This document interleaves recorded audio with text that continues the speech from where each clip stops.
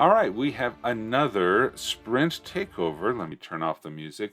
This is by Dazzlecat, and we will be critiquing the Wheel of Wandering. This is an item. Oh, cool little new icon. A new feature available in World Anvil where you can put icons on your titles. That is fun. But it's not a wheel, it's an anchor. So that gives me a little bit of pause. Ooh, that's really pretty. The Gears by Asdude. That is pretty. Okay.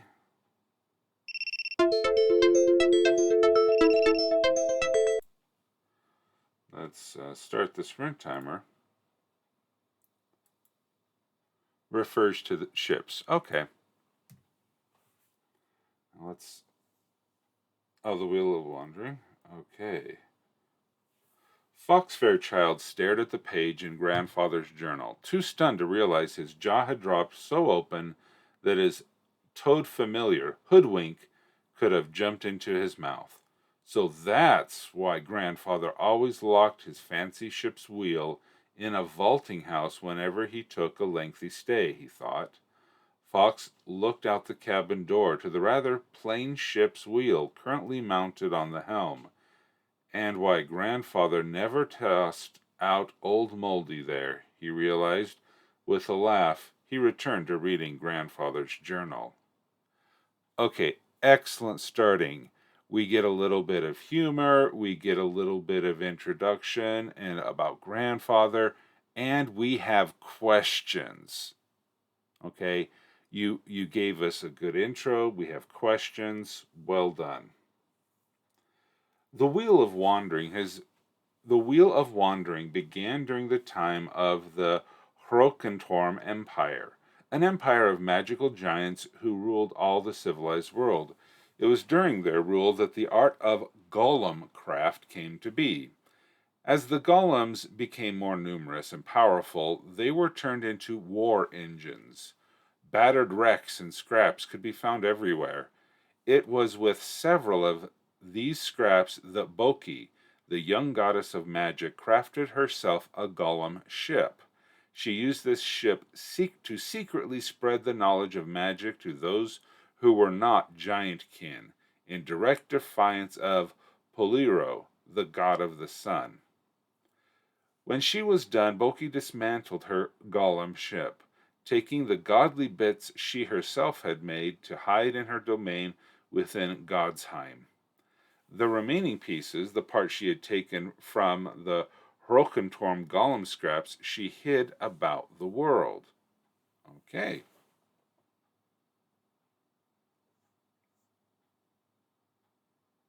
If you had articles on some of these other characters, it would be cool to put them in links into it so we could learn more about Poliro or Boki or because you have Golem Craft, and that's cool.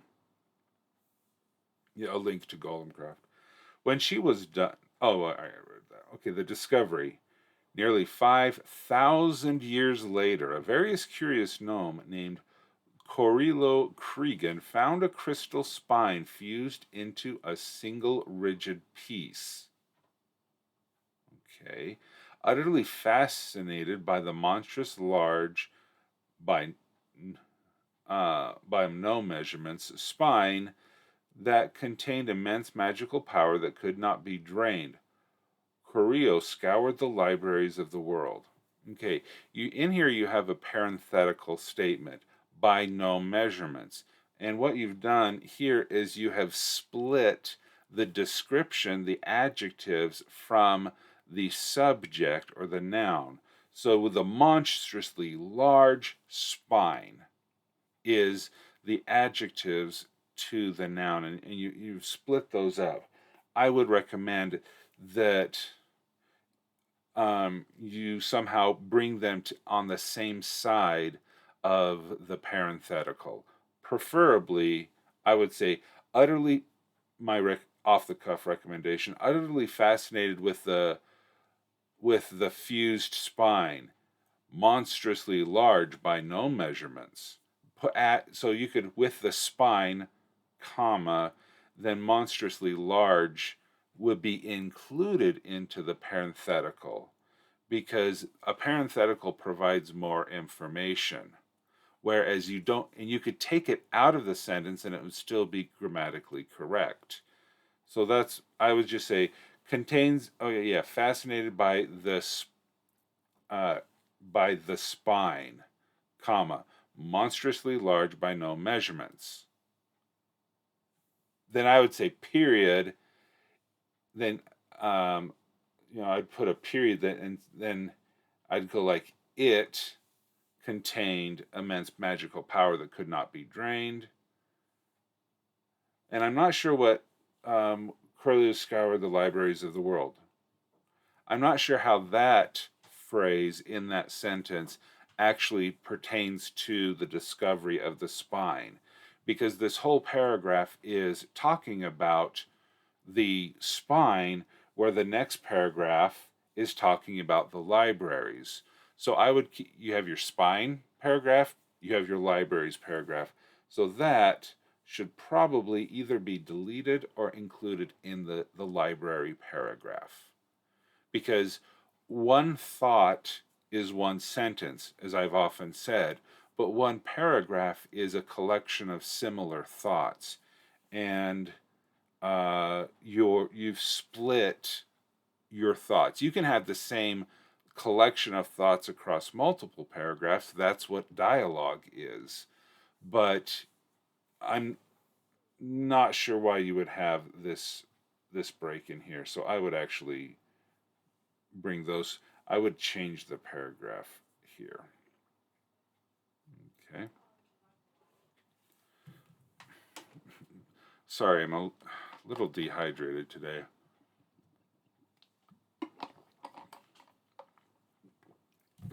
Ouch.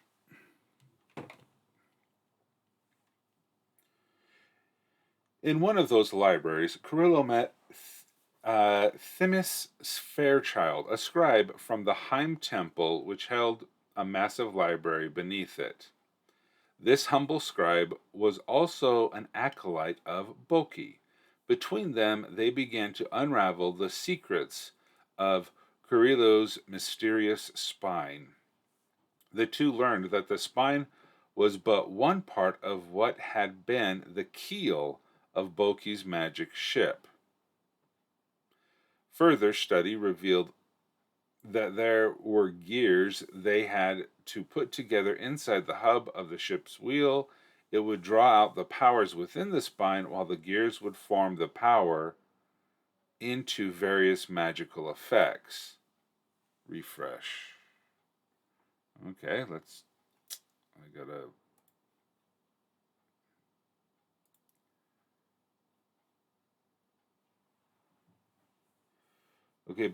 Okay. Nearly 5,000 years ago, a very curious gnome named Kurillo Cregan found a crystal spine fused into a single rigid piece, period. Fascinated with the spine that was monstrously large, by gnome measurements. Huh. Okay, so here you have two dependent clauses together, and it's still an incomplete sentence. Who was fascinated? You would need to include a he in a verb. He was he was fascinated with the spine that was monstrously large by no measurements. Yeah, because fascinated with a spine that was monstrously large, incomplete sentence. But so you have two dependent clauses that are put together. The spine can, but I like how you're breaking it apart. The spine contained immense magical power that could not be drained. To learn how to drain its magic, Curly scoured the libraries of the world. Okay, this is passive voice here. I would probably, again, my recommendation, split that. Carrillo scoured the libraries of the world to learn how to drain its magic. Okay, more straightforward, and we know who is doing the acting and what they're trying to accomplish. Okay, also drain its magic. To me, the word drain means to empty, but previously you said um it couldn't be drained. Like it couldn't be emptied. Might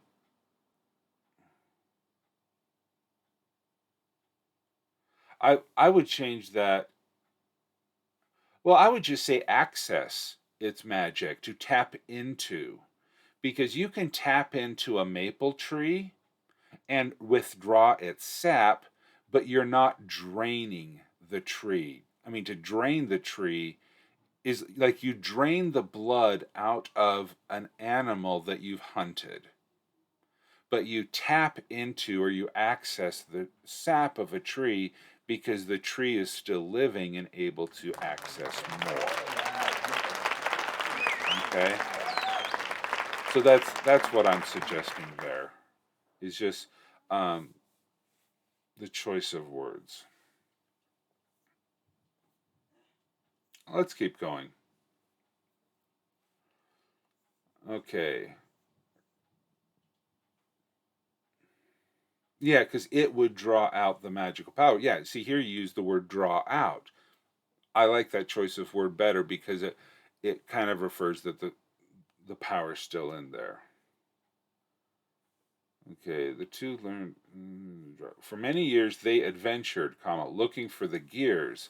When the last one was found, it fell to Curly to figure out how to assemble them into the ship's wheel they named the Wheel of Wandering.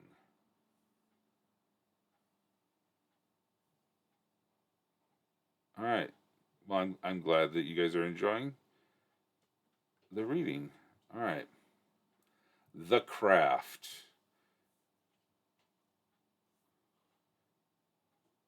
Because I really do like, I mean, you could write a whole story depending on how many gears they had to do. It's a quest adventure where you could go in and you could hunt for these, and at the end, the reward is that they found another gear, and they could travel all over the world, and that would be a great adventure series between Carrillo and uh, Thimus or Timus. I'm not sure how you want to deal with that H there. That just sounds like a fun adventure series, and that could be um, it could be either. I like Timus, but people, I don't think that would be the default that people would go to. Okay, the craft. Carrillo had 6 gears that were each as big around as his head, that he had to somehow put together inside the hub of a ship's wheel, an area only 4 inches across. With the use of expensive spell scrolls and much crafting ingenuity, he shrunk the gears down to just the right size for them to fit within the hub. Oh, dialect would determine that. Okay, that's fair. Um, this first sentence, an area only 4 inches across. It feels too long. Okay, like Carrillo had 6 gears that were each as big and round as his head. Period. Then he get rid of that. He had to somehow put them together inside the hub of the ship's wheel, an area only 4 inches across. Yeah, you could keep that parenthetical. Yeah, and keep that period.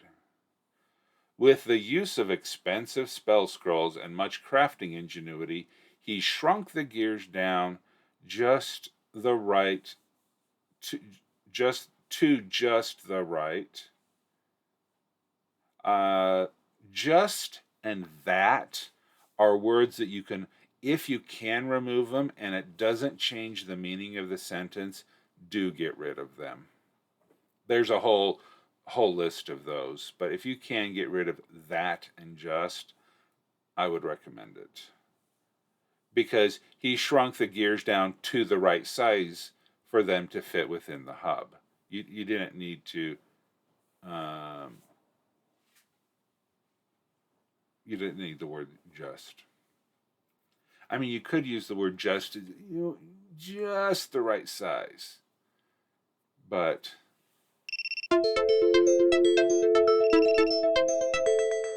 all right, let's do another. Okay, we got to turn off the pen because of, yep. Let's do that. Let's do that. All right, sprint takeover 2. All right. The 6 gears formed a circle with their teeth just touching. Okay, so here, I would change the word just to barely or to something different. And are are they touching this way or are they touching this way? So I'm not sure which would. Okay, the hub holding the gears was then welded shut. Nebulous magic filled the spaces within the sealed hub, threading itself in vaporous ribbons between the gears. 6 rivets hold the hub together, each one passing through the center of a gear. Touching a gear, the master of the boat simply wills it to activate and cast its magic.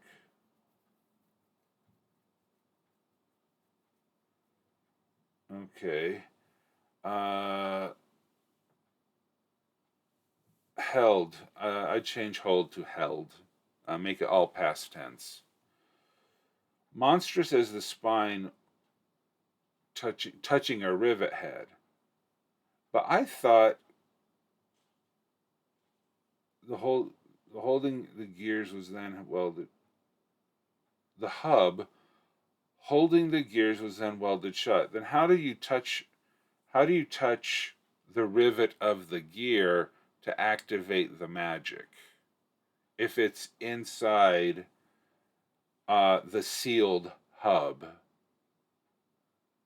And again, I'm not sure if it sounds like they're kind of placed in a circle with the teeth interlocked that way, but still not sure. All right, monstrous as the spine was, it was not big enough to serve as a keel for anything bigger than a keel boat. As Creo began to design a keelboat-sized version of Boki's ship, Timus convinced him to instead make it look like any other keelboat. Okay, then I would recommend you mention that. Guys, look at. Creo at first resisted and was bewildered that an acolyte of Boki would not want to honor his goddess with a replica of her ship. Timus pointed out that Boki was also the goddess of secrets. What better way to honor her than to make a keel boat that could hide itself amongst other such boats and appear unimpressive to would-be thieves? Very good. Creo set about crafting the gosling. When the gosling was complete, Creo simply gave it to Timus. In true gnome fashion, Creo was already fascinated with a new curiosity and no longer cared about the Wheel of Wandering. Fox jumped up and swore at Grandfather's journal. "Don't write about all the wonderful things that fancy wheel could do, Grandfather," he yelled at the book. "Then turn around and write that that none of it is possible unless I carry out the quest of my dreams. I don't have time for a quest, dream or otherwise. Hoodwink croaked out a laugh. Fox glared at his familiar and took a deep breath before sitting down to continue reading.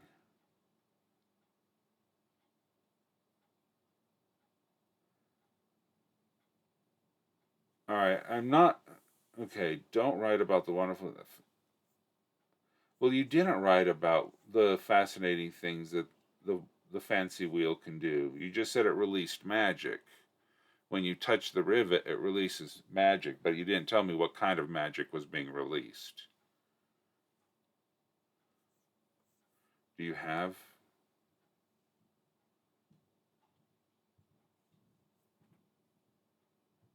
So, so I am a little curious about that.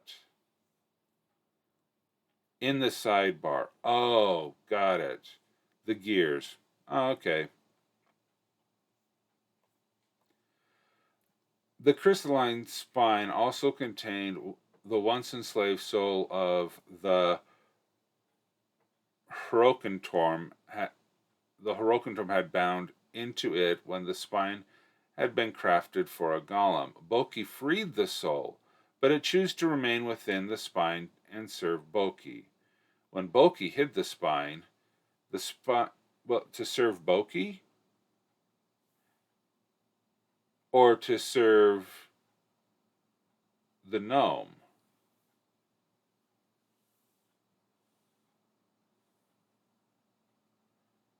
So I'm not sure which one it is.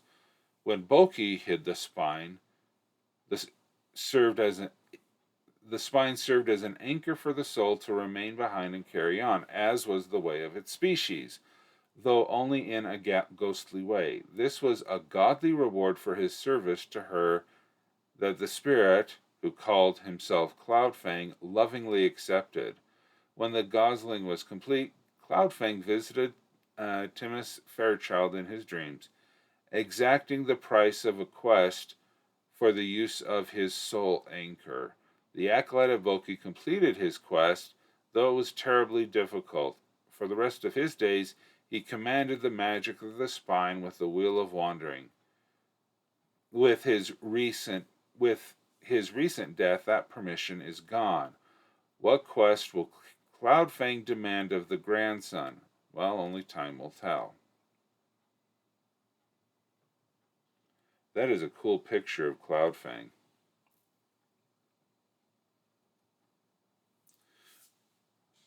Okay, the this last sentence here um feels out of place. Where it feels like you're talking directly to a person now, where before we were being provided non just we were being provided information and it was very matter of fact. This last couple of sentences in the last paragraph all of a sudden sounds like, ooh, and wait, there's more, and you're trying to sell the story and you're directly addressing the audience. You could I would recommend changing that and saying, and now this makes a little bit more sense up here. I don't have time for a quest, dream or otherwise. See, now I understand, okay, he had a dream from Cloudfang. Okay, now he has to go on a quest if he wants to use the magic from Cloudfang and the Wheel of Wandering. Okay, see, now that makes more sense. Um, I'd almost put the that at the bottom. Get rid of this thing here, the last paragraph, and put this at the bottom, and use that as the narrative hook that now Fox has to go on a quest to claim the magic of the wheel. That would be my okay. The Wheel of Wandering. This exquisitely crafted ship's wheel is 2 feet across, once mounted on a vessel that has a magical spine that runs the length of its keel. The Wheel of Wandering draws out the power of the spine. Its gears then convert that power into various magical effects. There is currently only one Wheel of Wandering, though other gnomes have taken up the challenge of crafting their own.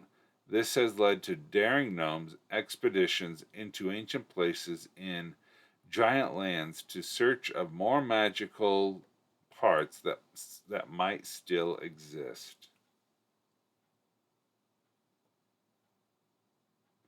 What may okay? Let's read about the gear. Chrono gear. This gear allows the Gosling to speed through time for a moment, doubling the distance it can travel during that moment. Okay. This gear allows Gosling to become a faded blur, making it possible to hide in open waters and frustrate the aim of enemy weapons. This gear allows the Gosling to teleport to a place it has been before. This gear provides the Gosling with a magical shield of force for a short while. This gear creates an illusion that shows a map of the area it is in out to 10 miles and points out the best route for the Gosling to take by water or air. This gear aims to an attack against another ship that alters gravity around it, making it sink down or rise up by 100 feet for a short time. Those are cool. But why are the gears metal? Are they wood? Are they vibranium or unobtainium? Or are they crystal gears? How would and gnomes that are trying to craft their own Wheel of Wandering are the lady writes, welcome. We are in the wrapping up a sprint takeover. So the question I have is, what is preventing another gnome from creating a wheel of wandering of their own? So that or can they just create it? Well, the lady writes, thank you so much for the 100 bits. Okay, Cloudfang's dream quest. Cloudfang entered the dream of the master of the Gosling. In that dream, he demanded the master of the Goblin to carry out a quest against some foe of Boki or her devoted. This is often dangerous, may involve strange magics. It is... And hey, a new cheer. Oh, thank you so much. Macaroon granola. That sounds delicious. A granola macaroon. Yeah, that does sound good. This is often dangerous and may involve strange magics. It is the way of his kind to protect the world from great wrongs, and if taking care of these wrongs, it also helps Boki. So much the better. Okay. So I hope that that helped, Dazzlecat. A fun item, fun description. I would like to know a little bit more about the gears, but mostly it was a grammatical stuff, and just moving that around, and maybe expanding this paragraph a little bit more.